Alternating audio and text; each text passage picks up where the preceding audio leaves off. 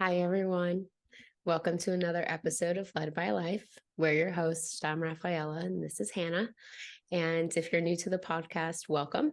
Hannah and I talk about things of human design, the gene keys, and most importantly, like our personal experiences of what it's like to journey through the 64 different ways, the experiences that we have of human beings. And so we get pretty nerdy on here of just life and each one of the gifts and the gates, the shadows, the cities, and just how it relates to our personal life. So welcome.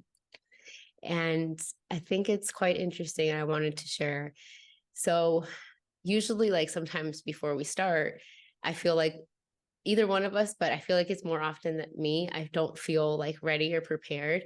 And for anything else in life, I'm like, I've come to understand, like, I've worked with like trusting that I don't always need to be so prepared and that it will just work out. Um, but for this, I get a little bit more like pressure to have an idea of something. And what I realized was that in us just like having that 5 minutes of catching up, or, the way I thought about it for a quick second was allowing our energies to sync. And then I feel like I gain the momentum that's needed just from us like entering the space of doing this.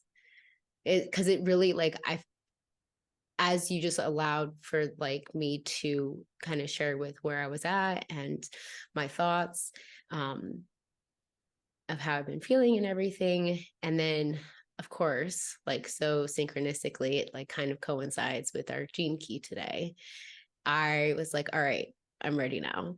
And so I find it really fascinating that it seems like that's kind of how our energies like, yeah, like sync up and get ready.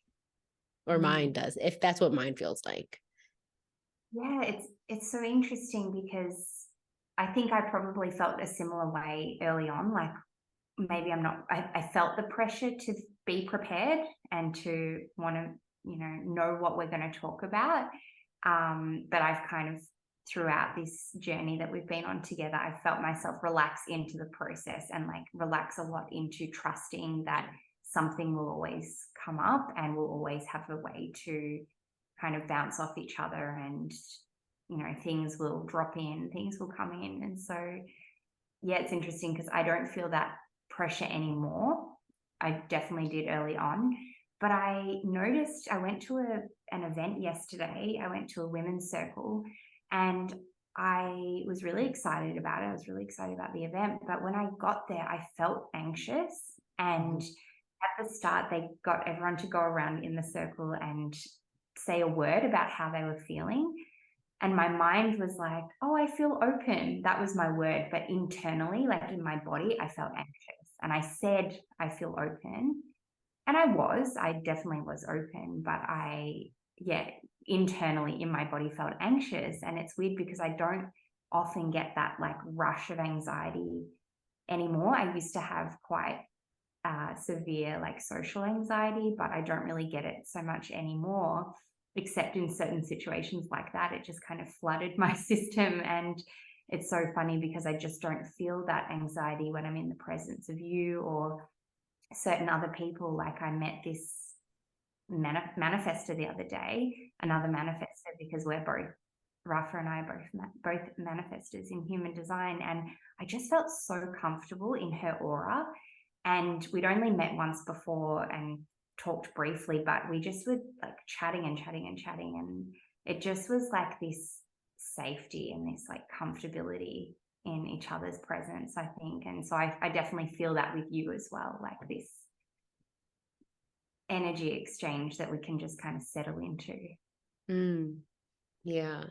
Well, I think that this is just like an experience that allows me to just build off of and like use it for, future experiences where, um, I thought about it as if like getting like a warm up, like our moments where we just kind of like jump on, catch up a little bit, kind of just let the conversation flow, um, kind of gears me ready for whatever's going to come on the podcast. Mm. And I wonder if that's kind of the case with any interaction that we have with other people. It's like we are reading each other's energy. And so, you know, now that you and I know each other pretty well, it's like a quick kind of warm up to feeling Mm-hmm. energy. And I'm wondering whether that's why I felt so anxious yesterday, being in a room of like, I don't know how many, 15 other women. And I'm very sensitive. I'm very open in my chart. I have a lot of open centers. So I wonder if I was actually picking up other people's anxiety or picking up other people's feelings or whatever it may be. And, you know, I wonder if I'm just extra sensitive to that because of my openness. And that's why I was feeling fine going into it. But then as soon as I was around other people's energy, I was like picking that up. And then when we settled into it and, you know, things got going, it felt a lot more safer and the energy kind of settled. So, Yeah. Well, I think that's sort of true for any like new unknown experience, right? Is like you're just a whole bunch of like I want to use this expression that I recently heard in an Abraham Hicks recording of like a whole bunch of marbles in a bag, you know, just clacking around with each other. And not until like there's just some time that it can either settle or change or, you know, go higher or lower. I don't know. But yeah, that's sort of like, and so I'm just gonna very easily like tie this into today's Gene Key, which is Gene Key 24. So GIF 24, Gate 24 in human design, Gate of Rationalization. And the shadow is addiction, correct? yeah. Yeah. So Hannah and I were discussing just a little bit about like what I've been experiencing working in the field of addictions. And I was kind of just sharing with her like how it was first getting into the field of addictions. And I just, you know, to talk about like energies going up and down. And I also too, like I have a lot of open centers. I think we have 9, I have 7 open centers. Yeah. And what I've noticed is that being in an environment where that is what you're directly working with, like I just kind of realized like I'm directly working with the shadow experience of addiction, right? I can see how there's so much going on all the time. I mean, there are some people who are very reactive, or there are some people who are like exhibiting a very much like repressed nature, or there's just people who are constantly just vacillating between one or the other. And I've noticed that now, like in all of the years that I've worked in this field, how quickly it impacts me. And especially um with the sense of taking I don't know if like taking on the energy of other people, but just noticing that um there can sometimes be this like pressure of this sense of urgency within this system, right? Not just like the people that you're working with. I mean, if I break it on a bigger scale, I mean, the people that you work with are part of this whole system that is working with this one thing or many things. And so there would be this like pressure of this sense of urgency that like when things need to be done or when someone wants something, they want it done right then and there, or like they want it now. And I can notice that like one of the biggest things that I've been trying to work with for myself is noticing like someone else's sense of urgency is not like my priority. And that's sometimes easier said than done. Yeah.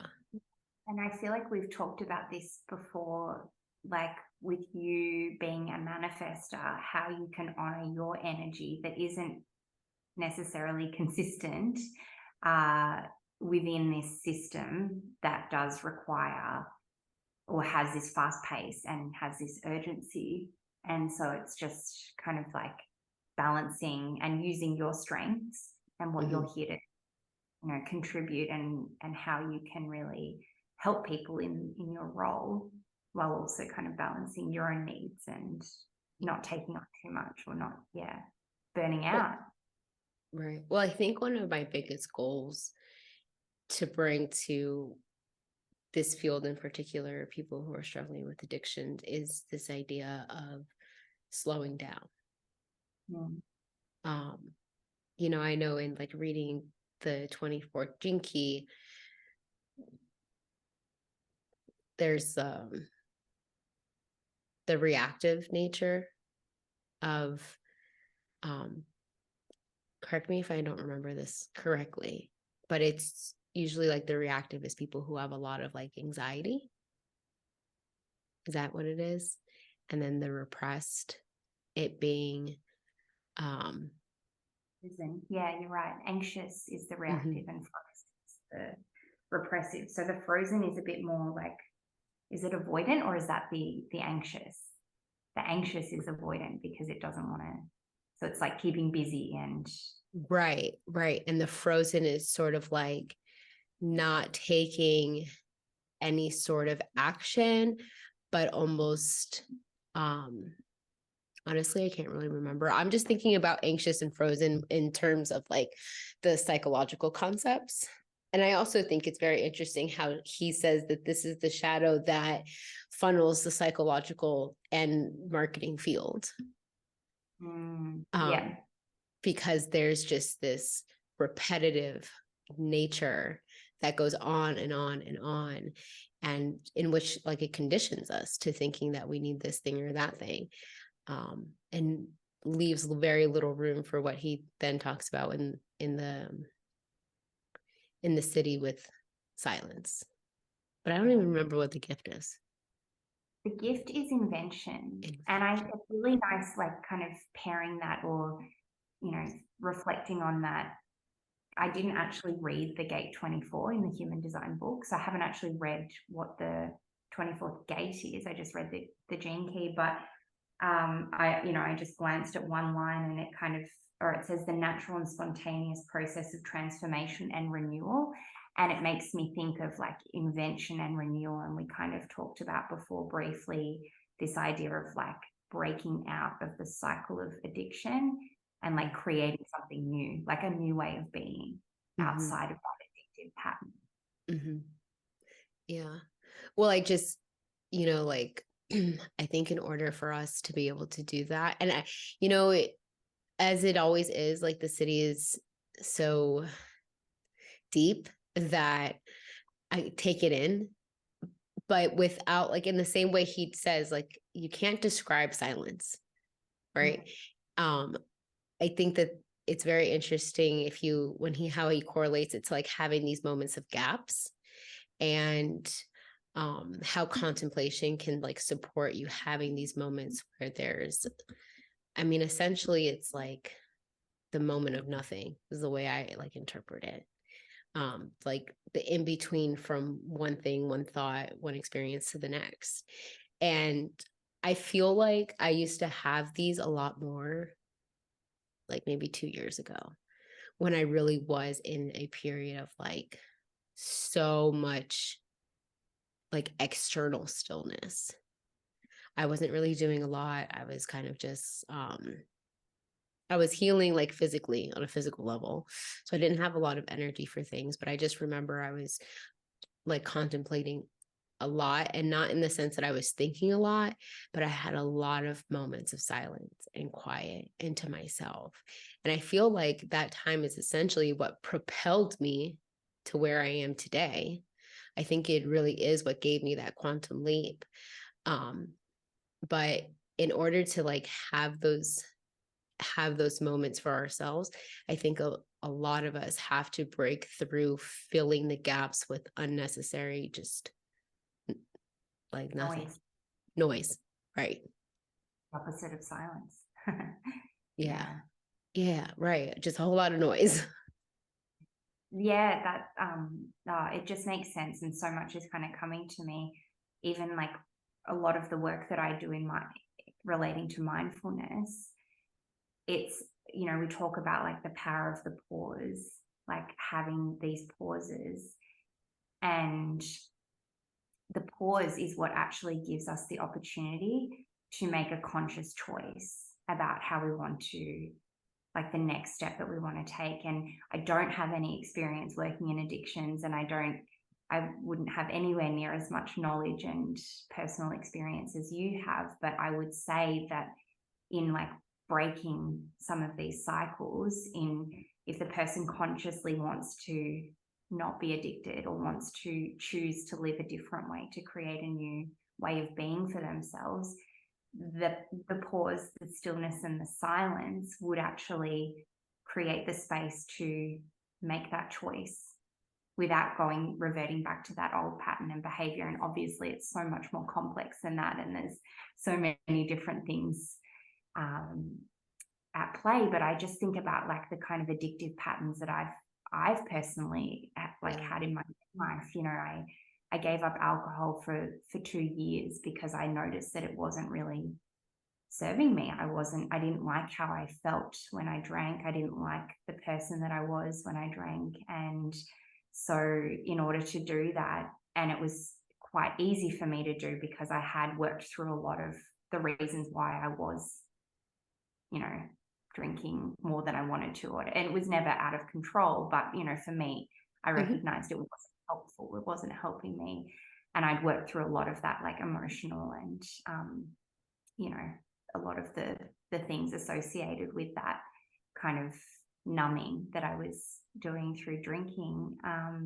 And so it wasn't all that difficult for me to then make that conscious choice, but it was in having a lot of space, having a lot of stillness and self-reflection to be like, I don't want to do this anymore. I need a break. I need to kind of break this cycle. And then now I feel like I can kind of every now and again drink. It's not something that I've had to like completely give up, but yeah, I don't know. That was just my personal experience.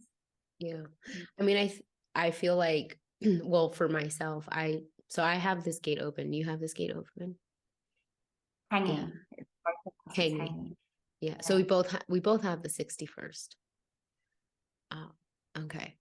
So, you know, something that I thought about when I was reading over this was that it's in the, again, like we're in the individual circuit, and how, like, for myself, not having it defined, again, like, not saying I couldn't experience a shadow if it was, but it being open, like maybe being more susceptible to like conditioning or having some kind of like lesson to go through and hear.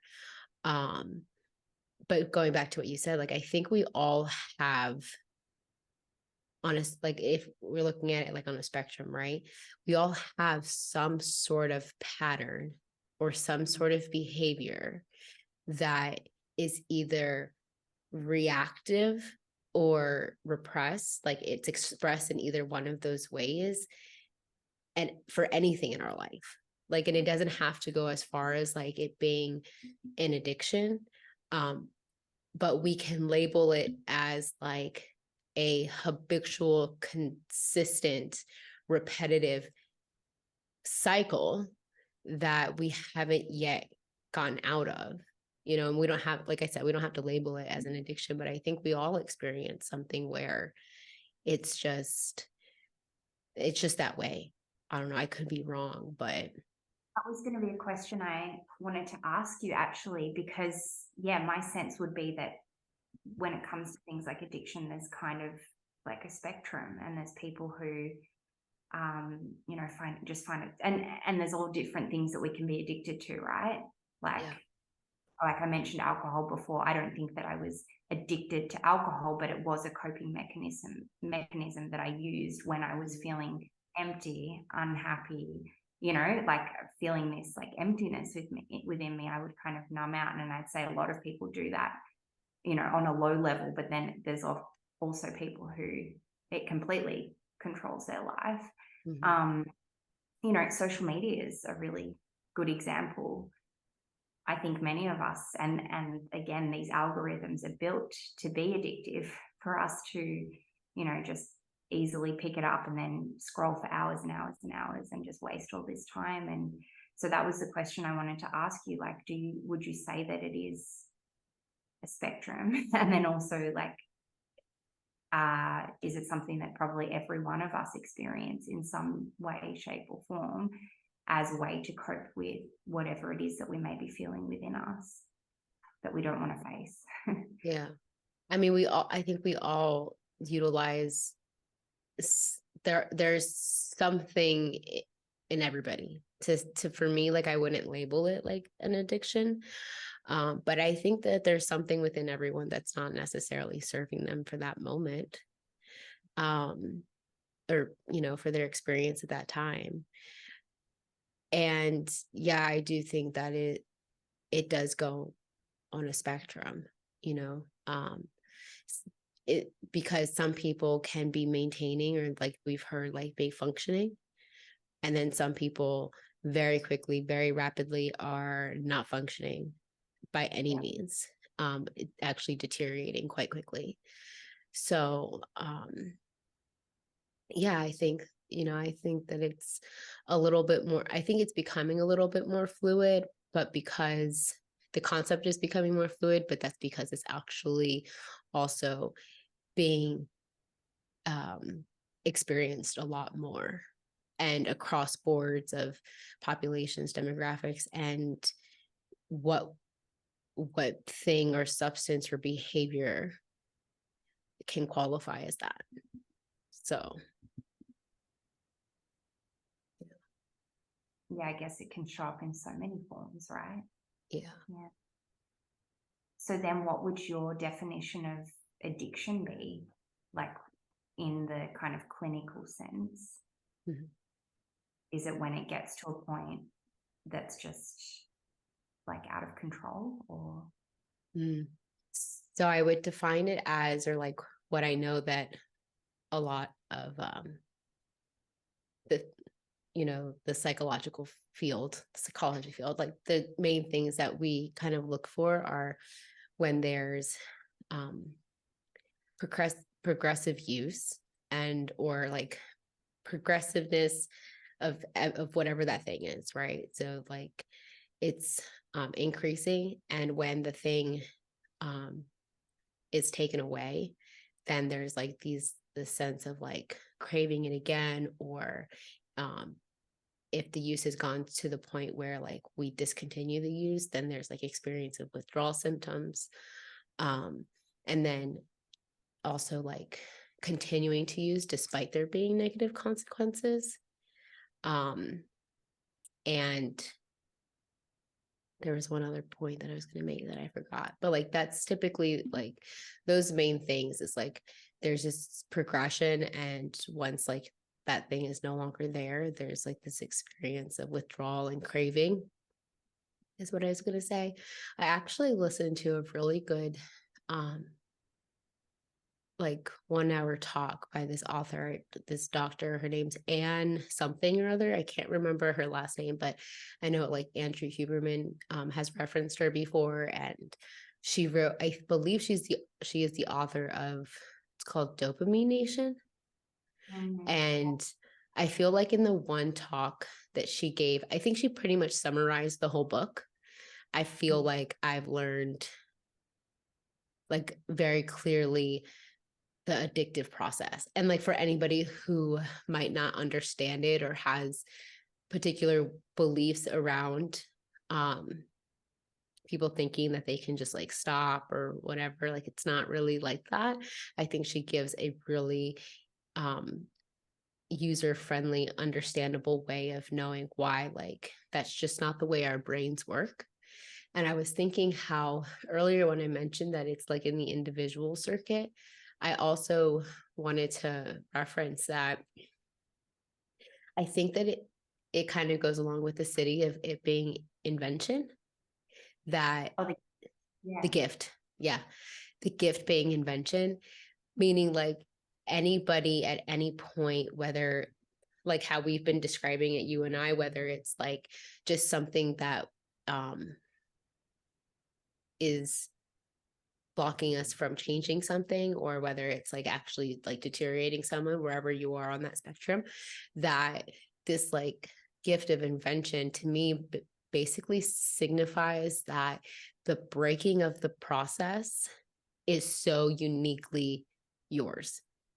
And while some people might actually have to go through a particular system or receive some sort of like medical intervention to help them, once you're kind of like through that, I think afterwards the path to furthering whatever recovery looks like, or furthering your life in any way, is just very unique to you. I'm so glad you said that, because yeah, as someone who really doesn't understand and hasn't seen that firsthand, it is kind of, yeah, it's difficult to understand just how it may look for everyone. And it's because there isn't one path to recovery. There is, everyone's going through their own experience. And then there's all of the different reasons why they may become addicted in the first place, I would say. Yeah. So I'm really glad you said that. Thank you. Mm-hmm. Yeah. Just because like when I like look at it, and it's just so it's interesting, like how like this gate is called the Gate of Rationalization, and it's in the individual circuit, and it's coming out of the ajna, and he references like the brain and the mind so much in this gene key. And then the fact that like the shadow of this like energy is addiction. Like, you remember how in our circuitry workshop, we kind of like started to see how all of the circuits and the paths that they go like play this very interesting story. Yeah. I mean, and so like this is one of those where I feel like from the shadow up to the Siddhi, I can personally see the story unfold and why it makes so much sense. Like people who might experience this shadow rationalize to no other. Like they use the power of their brains to, in my opinion, to rationalize or justify or whatever other way of thinking that they can confirm is right for them to continue doing the thing that they're doing, so that they don't have to break away from that pattern. And it's just like, to me, it's just very interesting, because then I know it goes downward technically, right? It's going down, but the 61, which you and I both have, is the gate of mystery. And if we took that in a little bit less mystical terms, and kind of what it talks about, like when you think of mystery, you think of like magic, or like the unknown, the unpredictable. And people who struggle with that usually struggle with addiction. Who struggle with the unknown. Yes. Oh, absolutely. I see it all the time. And even within myself. Totally. And this is what anxiety really is, isn't it? It's this like fear of the unknown, or what could happen or might happen in the future. And then again, just coming back to the Siddhi of being silence, like is felt in the present. This is the absence of that fear state, which is the shadow frequency in all of the different gene keys. So yeah, it makes a lot of sense. I haven't actually dived deep into the 61st yet. Yeah, either. Interesting I'll have a read of it after, but yeah. You have a really nice way of explaining these things with your channel from your ajna to your throat. Yeah. And it's funny because what does it say? It says that without gate 24, you are not designed to solve the mystery, but simply to enjoy it. And I feel like when I mentioned like I can personally relate to that, is just because lately in my own life, I've been noticing how this like mental fixation or just this like rumination, this anxiety is like really like been coming up a lot for me of wanting to know what the future is going to look like, or like, you know, what might be next, or how is this path going to unfold, and, you know, where is this new role going to take me, and all these things. And I have to like continuously, almost on a daily basis, just remind myself like, that's just not mine to know. It's not my responsibility. And honestly, if I say it enough times, I truly, truly in my heart believe it. And it does bring me some peace. And I feel kind of relieved of needing to know the answer to my life. And so like for me, repeating that actually really does work. So if anybody's ever struggling with like what's next or the unknown, maybe that might just be supportive for them too, to know like you and I, like it's okay to not have all the answers.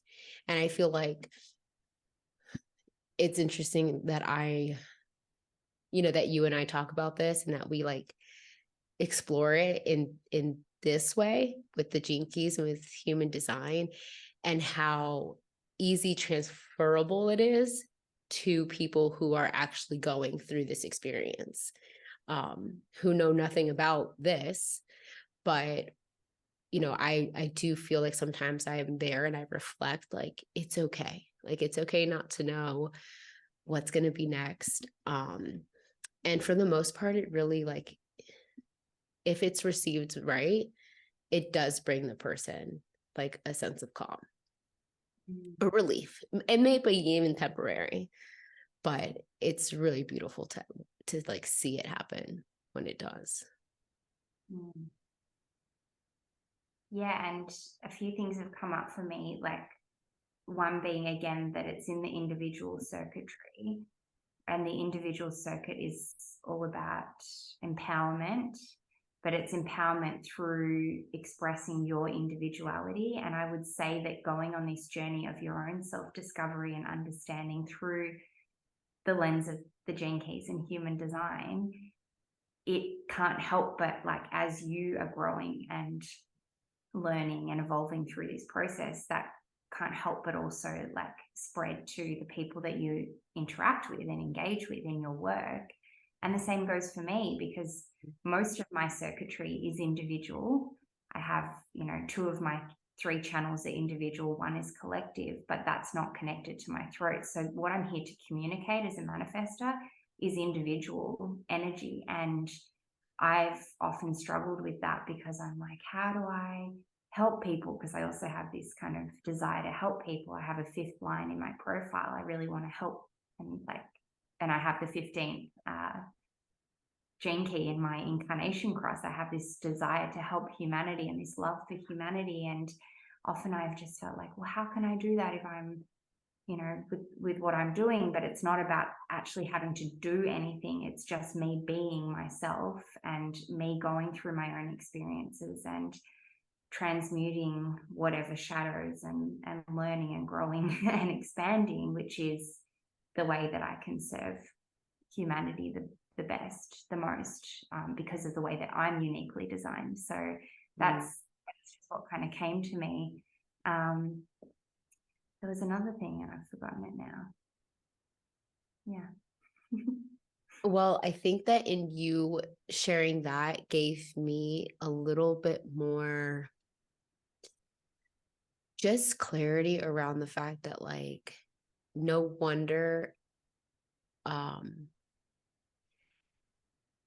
it's interesting because I feel like I sometimes work better one-on-one than I do with a group. Because, you know, I just say that like, this is just my own like limiting thoughts or whatever, but I was running a group recently, and this isn't the first time it's happened, and I might have shared this on the podcast before, but I was running a group the other day, and I'm talking and I'm like, you know, throwing in some education in there, and we had just finished doing like this very interactive process and everything. And at some point I stopped speaking, because I want everyone else to speak and I want them to, you know, partake, and I want to hear what they're thinking. And this one guy was like, no, you're just right. I couldn't have said it any better than you did. So you're right. And I'm just like, okay, like, I don't know, like sometimes I feel like I've gotten it before while I'll speak in a room of people. And then another time someone once said, like, no, Rafael, you just really make us think. And I can feel it. I can feel how sometimes, like, when I speak or when I share, like, it causes others to, like, all of a sudden be like very pensive. And I can see it in their face, and I can just see it like in their body language. And everybody will avoid eye contact with me. Like, nobody wants me to call on them or, put them on the spotlight or anything. But my circuits, or not my circuits, but my channels are in the collective and the tribal circuit. So it's my point was to say, like, I feel like in hearing you say that gives me a little bit more understanding of like why mine feels like it really, while it can be individual, I feel like a lot of my impact really is meant on like smaller groups of people. Mm. Yeah. Yeah, and it brings me back to what we learned again in the circuitry workshop, is that like sometimes things will come out the way that they need to come out depending on who's there. Because I remember this question that I sat with from the course was, I have this 64-47 channel that connects my crown to my ajna, and I like, how does that want to be communicated? And the thing is that it will, when I'm in, things will come out, these realizations or whatever comes to me, these downloads will come out in whichever way they need to come out to impact the person however they need to.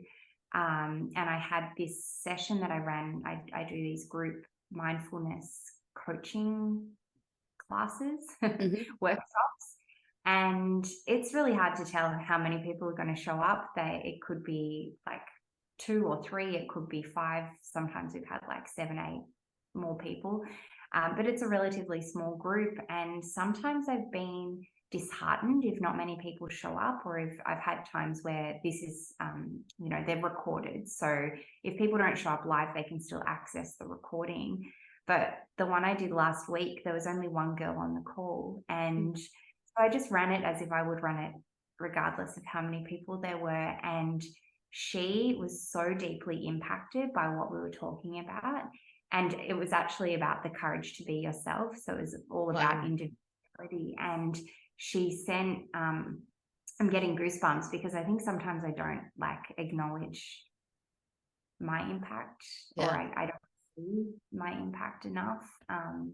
And she sent a message to the group afterwards saying, y'all, I was crying the whole time through Hannah's session. You have to go watch it. And it made me think, like, maybe it was just her on that call, because the way that it needed to be expressed was in precisely that way, that, us through having that energy exchange needed to come out. And then she was able to then like encourage whoever watches the replay or the recording later will get whatever they need to get from it. But maybe it just needed to impact her in that way and like speak to her. So it's just kind of this reminder of like,